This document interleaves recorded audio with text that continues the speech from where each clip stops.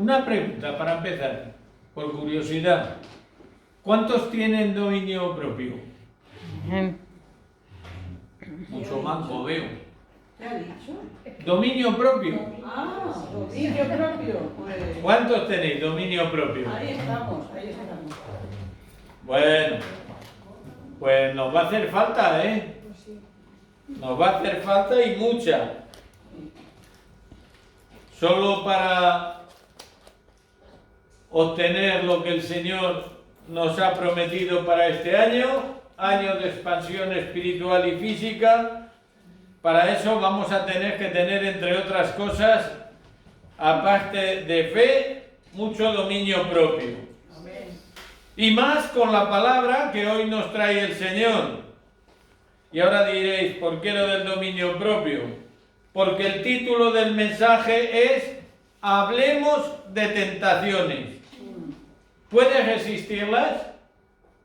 Buena pregunta, ¿verdad? Pues como acabamos de oír, el título de este mensaje comienza diciendo Hablemos de tentaciones. Y de tentaciones vamos a hablar. Pero como tantas otras veces he creído conveniente ir al diccionario y ver cómo define exactamente la palabra tentación. ¿Qué nos dice? Y dice así: tentación, instigación que induce a algo malo. O sea que ya está ahí la duda, ¿lo hago o no lo hago?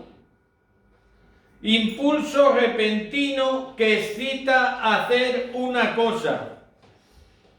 Por lo tanto, si es un impulso, guiados por la palabra de Dios, debemos entender que todo aquel que sucumbe es que anda bastante escaso ¿de qué? De falta de dominio propio, ¿verdad? Pero está muy claro que si hay tentación, a la fuerza y por lógica que tiene que haber un tentador. Alguien que nos está instigando a hacer una cosa que ya de antemano sabemos que no es buena. Veo también cómo define la palabra tentador el diccionario, ¿verdad? Y fijaros lo que dice: tentador, que tienta, que hace caer en tentación. Pero luego dice acto seguido, por autonomasia el diablo. Es decir, por lógica, todo lo malo que podemos hacer, ¿de dónde viene? Del diablo. Pero bueno, estas son definiciones en un diccionario enciclopédico que cualquiera puede consultar, ¿no? Que tenga en su casa. Pero yo quiero ir más allá, yo no me conformo con lo que un diccionario, digamos, del mundo me dice sobre estas palabras. Yo como hijo de Dios, yo quiero ver qué es lo que me diría un diccionario bíblico con respecto a la tentación. Y veo que en las Escrituras se representan tres caracteres diferentes de tentación. Veamos ejemplos. Uno, entre comillas, lo que voy a decir. Dios tentó a Abraham cuando le ordenó que ofreciera a Isaac su hijo en sacrificio. Eso lo vemos en Génesis 22, 2. Pero ¿qué quiso hacer Dios con esto? Puso la fe de Abraham a prueba. Otro ejemplo, los israelitas también tentaron a Dios, ¿verdad? En su corazón pidiéndole comida a su gusto. Estaban ya hartos del maná, ya querían ver filetes, ya querían ver carne. Dudaron que Dios pudiera poner mesa para ellos en el desierto. Y si no, fijaros lo que dice la palabra también en el Salmo 95, 9. Dice el Señor, donde me tentaron vuestros padres, me probaron y vieron mis obras. También Dios permitió eso, para que el pueblo de Israel viera que es Dios y para él nada imposible. Y pudiera ver la obra que Dios hizo. Claro, también es cierto que, como dice el dicho, no quería chocolate, toma 3 tazas, ahora os vais a hartar. Jesús, en cambio, no puso a prueba a Dios, ni muchísimo menos. Cuando fue tentado por Satanás, como todos sabemos, para que se arrojara al vacío desde el pináculo del templo. Pero eso lo vamos a ver un poquito más adelante. Luego está la 3, la tentación al mal. Siempre, siempre, siempre llegará de mano de Satanás. ¿Y qué pasa? Que está buscando constantemente alguien que sucumba, alguien que caiga. ¿Para qué? Para que se condene eternamente y pierda la salvación. Os diré algo. La mayor fuente de tentación es nuestra propia carne. ¿Lo sabíais? ¿Os sorprende? Porque además, fijad lo que dice el apóstol Santiago en el capítulo 1, versos 14 y 15. Sino que cada uno es tentado cuando de su propia concupiscencia es atraído y seducido. Entonces la concupiscencia, después que ha concebido, da a luz el pecado. Y el pecado, siendo consumado, da a luz la muerte. Esa es consecuencia. Hasta aquí hemos podido ver varios ejemplos, varios tipos de tentación y las consecuencias que nos pueden traer. Pero la palabra tentación, yo verdaderamente pienso que muchas personas todavía no se la han tomado en serio y por eso caen. ¿Cuántas veces, coloquialmente, habremos visto algo que nos gusta, verdad? Y hemos dicho, ¡uy! ¡Qué tentación más grande! ¡Qué bonito! Yo lo quiero para mí, a mí me gusta. Sea un coche, sea una casa, sea ropa, sea la vecina o sea el vecino. Aun a sabiendas de antemano que no podemos conseguirlo. Pero es una tentación. Ahí está maquinando la mente humana. La tentación también abre la puerta a la lujuria, a un deseo amoral, sexual, desorbitado e incontrolado que trae consecuencias imprevisibles. Entonces se pone la concupiscencia ¿en qué? En marcha. La tentación, ¿qué hace? Avanza, va más allá. Y el pecado ya lo tenemos servido. Las tentaciones es algo que el ser humano, mientras viva, sin duda alguna, las va a tener. Y va a tener que luchar contra ellas.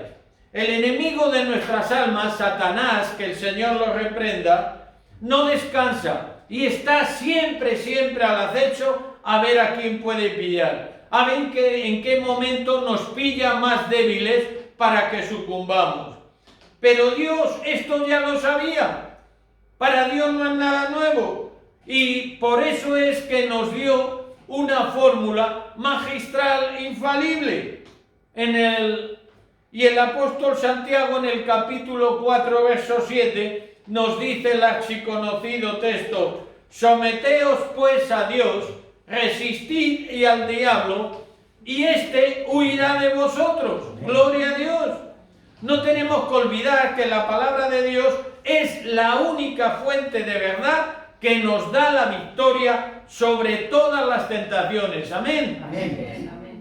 Os puedo asegurar que no existe nada como la palabra de Dios en nuestras vidas para combatir al enemigo de nuestras almas. Y a la hora de hacer frente al enemigo, si él te recuerda tu pasado, ¿qué es lo que siempre va a hacer? Cuando tú estás caminando en el Señor, el enemigo siempre va a intentar recordarte tu pasado. Pero tú, ¿qué haces yendo al culto todos los domingos o todos los días? Con el bicho que tú eras y seguro que todavía eres. Eso lo va a hacer ¿para qué? Para desanimarte, para apartarte del camino. Y cuando eso ocurra, que el enemigo te recuerde tu pasado, ¿a que todos sabéis lo que tenemos que hacer?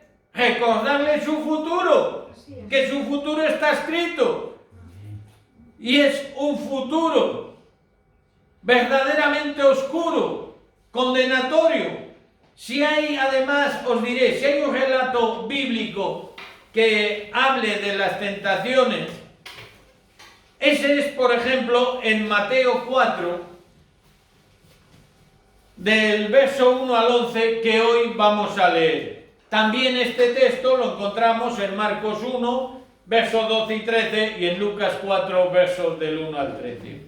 Pero vamos a leer este texto de Mateo 4, empezando por el verso 1. Y dice así la palabra del Señor.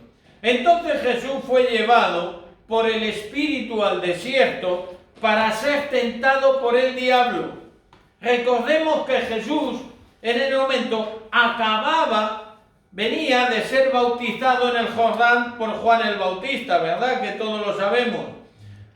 Y dice que cuando fue bautizado los cielos se abrieron y el Espíritu de Dios bajó en forma corpórea de paloma y venía sobre él. Y una voz de los cielos decía: este es mi Hijo amado en quien yo tengo complacencia. Amén. ¿Esto por qué os lo digo? Porque tenemos que ponernos en situación de dónde venía Jesús antes de ser tentado por Satanás, que el Señor le reprenda. Y esto también es algo que tenemos que tener nosotros en cuenta. Cuando nosotros estamos haciendo, vamos a decir, medianamente bien las cosas, estamos atentos a la palabra, oramos, ayunamos, como luego posteriormente hizo Jesús, es cuando el enemigo va a venir por nosotros. ¿Por qué? Porque eso le molesta. Por eso muchas veces cuando alguien puede decir: ¿qué tal? ¿Cómo estás, hermano? Uy, estoy maravillosamente, estoy que da gusto. Pues cuidadito, cuídate que algo estás haciendo mal. Y dice el verso 2: y después de haber ayunado 40 días y 40 noches, Jesús tuvo hambre. Porque no olvidemos que Jesús aquí era hombre. Jesús había sido, como hemos dicho, bautizado. El Espíritu es quien lo lleva al desierto y allí permanece 40 días y 40 noches en ayuno. Y en esas circunstancias, ¿qué pasa? Y vino a él el tentador y le dijo: si eres hijo de Dios, di que estas piedras se conviertan en pan. 40 días en ayuno, ya pues a Jesús le hacían cosquillas las tripitas, ¿verdad? Sí. Él respondió y dijo: escrito está, no solo de pan vivirá el hombre, sino de toda palabra que sale de la boca de Dios. Amén. Entonces el diablo le llevó a la santa ciudad y sobre el pináculo del templo. Cuando habla de la santa ciudad, no hace falta que os diga que está hablando lógicamente de Jerusalén. Y el pináculo del templo, por si alguno no lo sabe, era la parte más alta del templo en Jerusalén, que medía nada más ni nada menos que 180 metros de altura. Y hay documentación al respecto, ¿no? Os puedo decir a título de curiosidad que Tito Claudio Josefo fue un historiador del siglo I, muy famoso, que nació en el año 37 después de Cristo, en Jerusalén, que dicho sea de paso era fariseo, y en sus libros habla también de este pináculo, y habla cómo muchas personas no podían subir arriba por el vértigo y por los mareos que le daban de la altura, o sea que la altura era considerable, ¿verdad?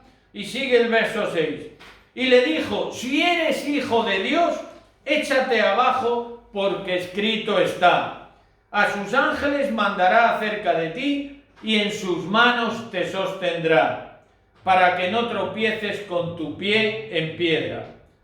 ¿Qué le dijo Jesús? Jesús le dijo, escrito está, no tentarás al Señor tu Dios. Otra vez lo llevó el diablo a un monte muy alto y le mostró todos los reinos del mundo y la gloria de ellos. Y le dijo, todo esto te daré si postrado me adorares.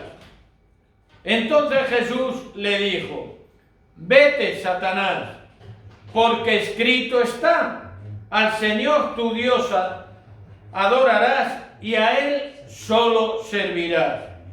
El diablo entonces le dejó y he aquí vinieron ángeles y le sirvieron. Gloria a Dios.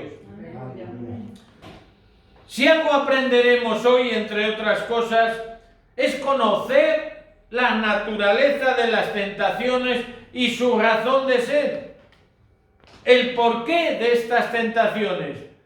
Porque en el Señor todo tiene su lógica, todo tiene su porqué, porque en Dios todo está planificado. Nada deja el Señor al azar. Tenemos que conocer cuáles son los métodos que usa Satanás para que nos condenemos. Hasta con el propio Jesús fue tan sutil, tan suspicaz, que intentó usar la propia palabra de Dios. Pero sobre todo tenemos que aprender a usar la palabra de Dios como Jesús la usó y conocerla muy bien, porque nunca podrás usar la palabra de Dios si verdaderamente no la conoces, ¿verdad? Algo que no sabes difícilmente vas a poder manejar, ya que es el mejor antídoto y el más eficaz para combatir todo tipo de tentaciones, la palabra de Dios. Amén. ¿Cuántas veces quizás nos hemos podido preguntar, ¿qué es lo más importante que puede haber para la preparación de un líder cristiano? Para un líder cristiano, verdaderamente, ¿qué es importante el aprender para ser un verdadero líder? Pues yo os aseguro que después de este mensaje de hoy, no tengo la menor duda que es el saber resistir las tentaciones. Porque el saber resistir las tentaciones, primero, implica que eres conocedor de la palabra, implica que tienes comunión con Dios, implica que ayunas. Y Cristo lo demostró en el desierto. Amén. Amén. Fijaros que Jesús, ya digo, siendo hijo de Dios, pasó 40 días y 40 noches de ayuno en comunión con el Padre, pero antes había sido bautizado. Y después de estos 40 días es cuando fue tentado por Satanás. Cuando más fortalecido, digamos, espiritualmente estaba, cuanto más dañado y rabioso estaba el diablo, es cuando fue por él, cuando fue a tentarle. Pero fue a tentarle porque no olvidemos que la palabra nos dice que Jesús fue llevado por el Espíritu al desierto. O sea que si el Espíritu llevó a Jesús al desierto, ya sabiendo que iba a ser tentado, es porque realmente tenía que haber algo que tenía que suceder y que tenía que suceder, entre otras cosas, para que nosotros hoy día aprendamos. Pero ahora llega lo importante, estas circunstancias: el bautismo, el ayuno y las tentaciones. ¿Sabéis qué pasó con esas tres cosas? Que fueron las que abrieron el camino para que Jesús comenzara su ministerio. Después de ser bautizado, después de 40 días de ayuno y después de las tentaciones, si me permitís la expresión, fue el pistoletazo de salida hacia la carrera de salvación para todos nosotros. Amén. Amén. Jesús, creedme, que Él entiende también nuestras debilidades ante las tentaciones, entre otras cosas, porque Él ya las pasó también. Pero existe una gran diferencia. por supuesto, entre el Señor y nosotros. Si vamos, por ejemplo, al libro de Hebreos, al capítulo 4, verso 15, fijaros lo que nos dice. Porque no tenemos un sumo sacerdote que no pueda compadecerse de nuestras debilidades. Es decir, que Jesús entiende nuestras debilidades, se compadece de nosotros por esa debilidad nuestra. ¿Pero qué tenemos? Sino uno que fue tentado en todo, según nuestra semejanza, es decir, siendo hombre, pero sin pecado. Jesús no sucumbió a las tentaciones del diablo. Estamos de acuerdo que las tentaciones que soportó Jesús, sin duda alguna, no fueron semejantes a las nuestras, ¿verdad? ¿A que no? Pero sí hay un anexo común en todo esto. Los principios fundamentales de la tentación son exactamente los mismos. Ya sabemos de dónde vienen y ya sabemos cómo usa el diablo estrategias para que podamos sucumbir. El pecado está muy claro, que pertenece a este mundo. Eso no hay la menor duda. Si vemos por un momento también en 1 de Juan 2:16, lo podemos comprobar. Cuando dice, porque todo lo que hay en el mundo, los deseos de la carne, los deseos de los ojos y la vanagloria de la vida, no provienen del Padre, no provienen de Dios, sino ¿de qué? Del mundo. ¿Y quién es el príncipe de este mundo? Satanás, que el Señor lo reprenda. Por tanto, no olvidemos, ya digo, ¿quién es el príncipe de este mundo? Satanás. Os preguntáis quizás qué necesidad había que Jesús fuera tentado, ¿verdad? ¿Cuál era el propósito? ¿Por qué esto el Señor lo permitió? No hay duda que este periodo de tentaciones fue dispuesto por Dios. Fijaros qué dice la palabra. Como os acabo de decir hace un momento, fue el Espíritu quien llevó a Jesús al desierto, donde tuvieron lugar esas tentaciones. El Padre, ¿qué quería? Darle al Hijo, a Jesús, la oportunidad de ser probado y demostrar que verdaderamente lo era, que era el Hijo de Dios. Pero está muy claro que la intención de Satanás era otra, era que Jesús sucumbiera y cayera, cosa que todos sabemos que no sucedió. Nosotros somos del Señor, nosotros somos hijos de Dios. Y cuando nos hallemos en medio de tentaciones, no tenemos que dejarnos llevar ni por el pánico ni por el miedo. Entre otras cosas, porque Jesús no nos creó con espíritu de temor. El pánico para nada viene de hijos de Dios. Somos hijos del Rey de Reyes. Somos hijos del Señor de Señores. Somos príncipes. No olvidemos que como hijos de Dios estamos siempre bajo la soberanía y la cobertura del Padre. Amén. Tanto para la alegría, el gozo, como para las dificultades y, como no, también para las tentaciones de las cuales estamos hablando hoy. Démosle a Él, démosle a Dios el control, pero démoselo de verdad, que no seamos nosotros, sino Cristo en nosotros. No nos guardemos ninguna parcelita. Si nos entregamos a Él, nos entregamos de verdad, al 100%. Satanás nunca tiene el control de nada ni de nadie. ¿Y sabéis por qué? Porque si lo tiene, es porque nosotros, de alguna forma, le hemos abierto la puerta y se lo hemos dado. Si pudo tentar a Jesús, es porque el Espíritu, ya digo, lo llevó al lugar donde se encontraría con Él.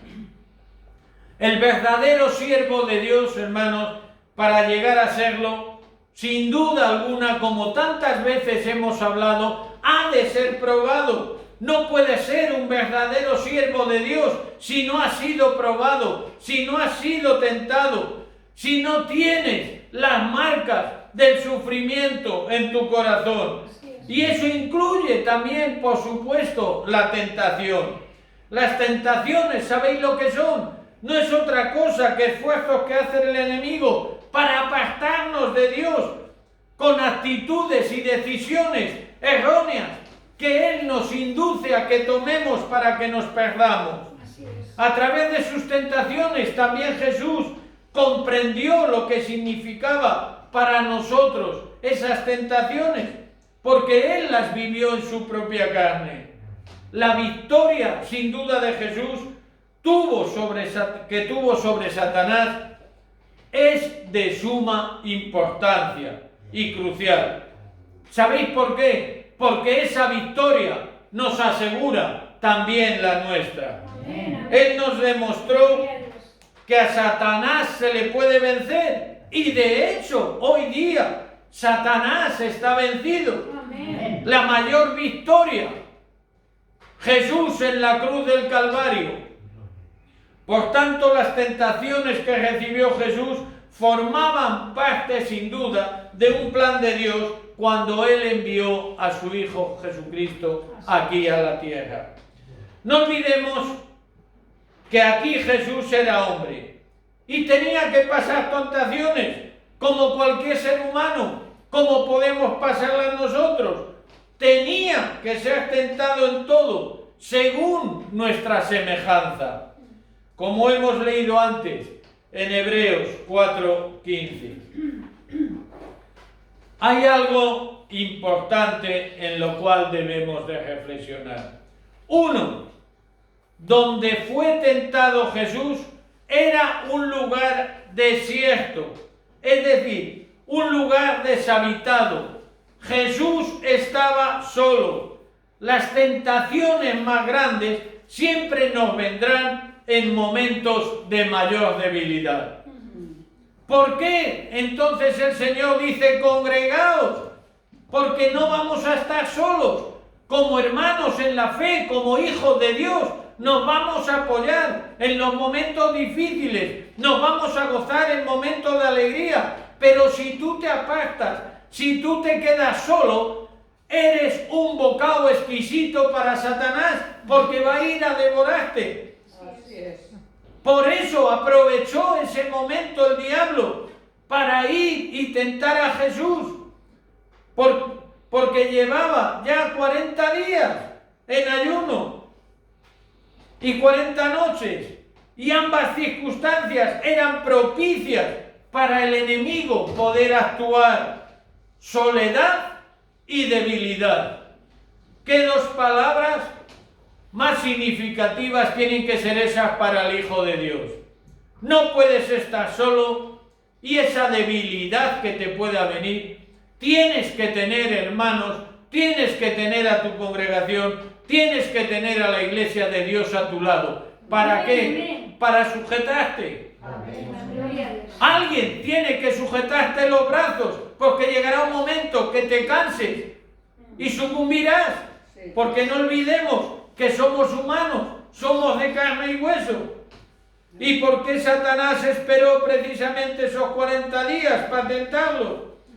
Porque después, ya digo, que del ayuno, la debilidad, pensó que quizás Jesús estaba más vulnerable físicamente.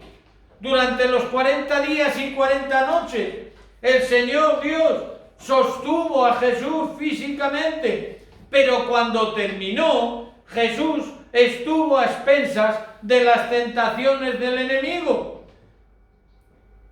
Hay algo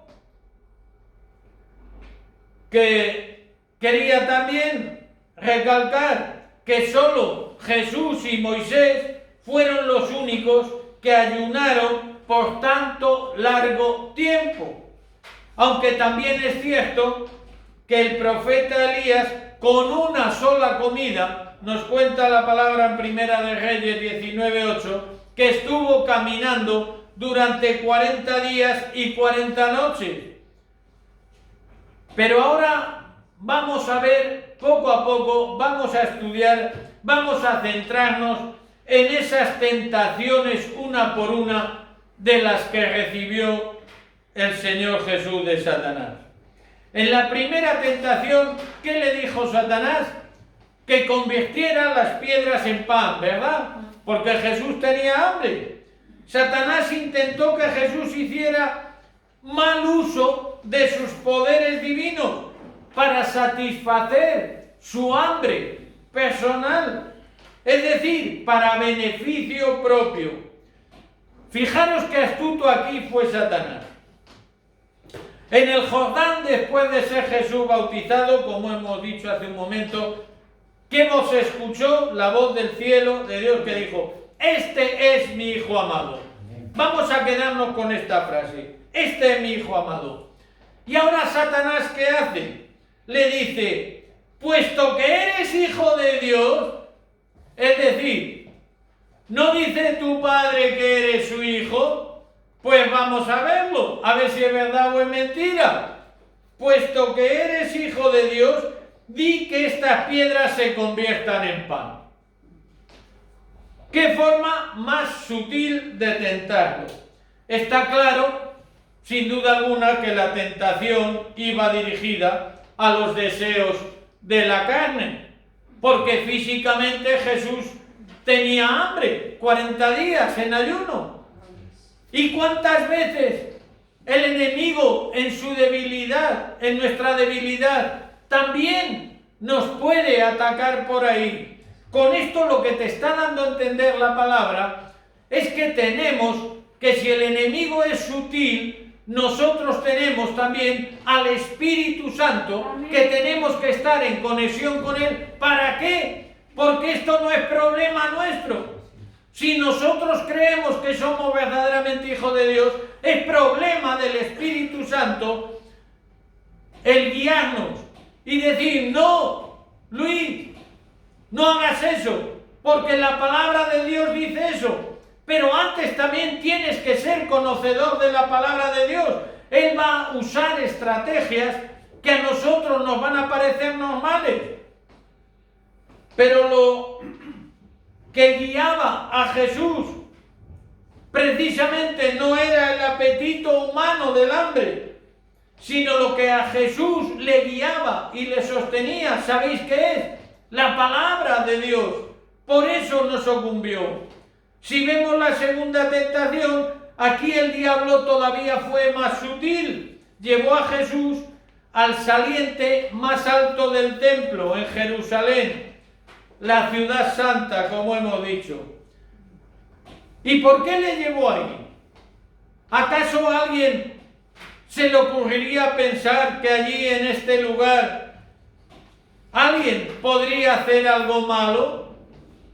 El Hijo de Dios, en lo más alto del templo, en el pináculo, ¿quién le va a hacer algo? Seguro que nadie lo pensaría. Entonces, ¿por qué Satanás escogió este justo y preciso lugar?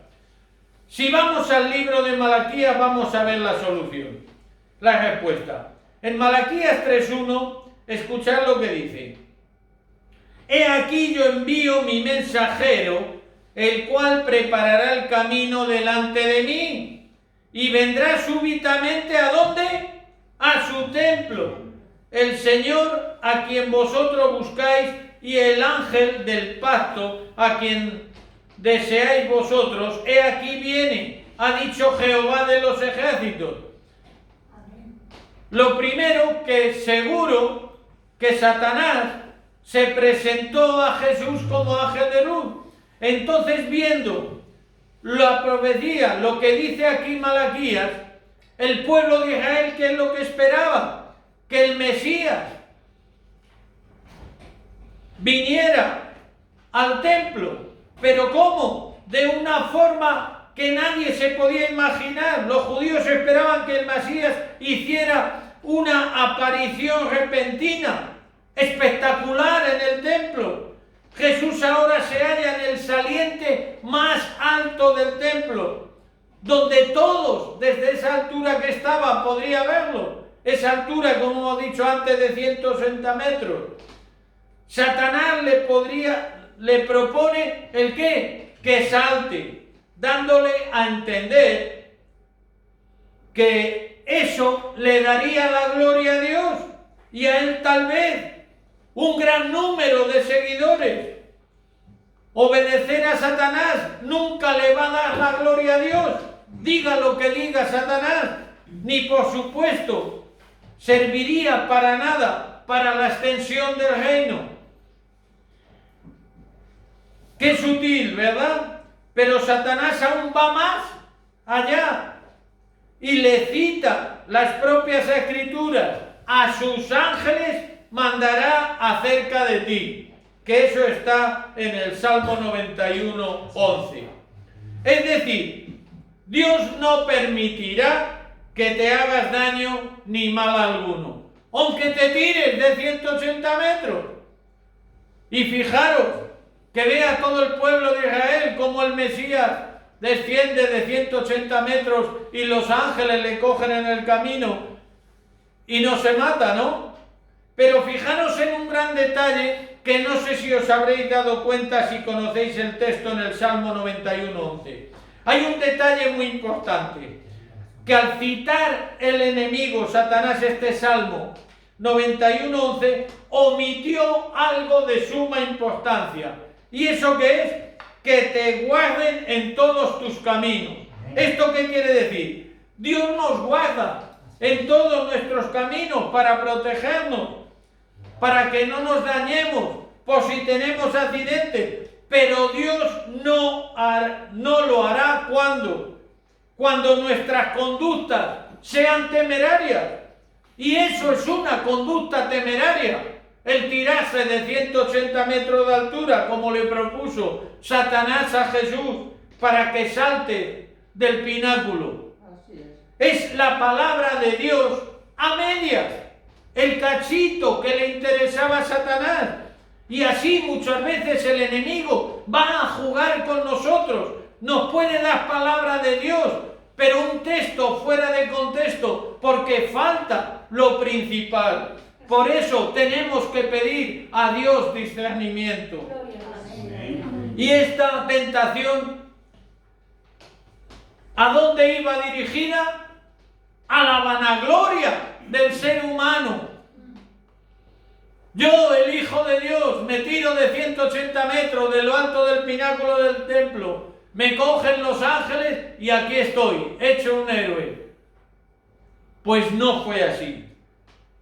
Jesús saltaba, se supone, los ángeles le cogían, el pueblo la aclamaba, decía: ahí está nuestro Mesías, y todas las multitudes alborotadas. Mentira del diablo. Pero Jesús sí utilizó la palabra de Dios: no tentarás al Señor tu Dios. Y eso no cabe la menor duda. Luego tenemos la tercera y última tentación.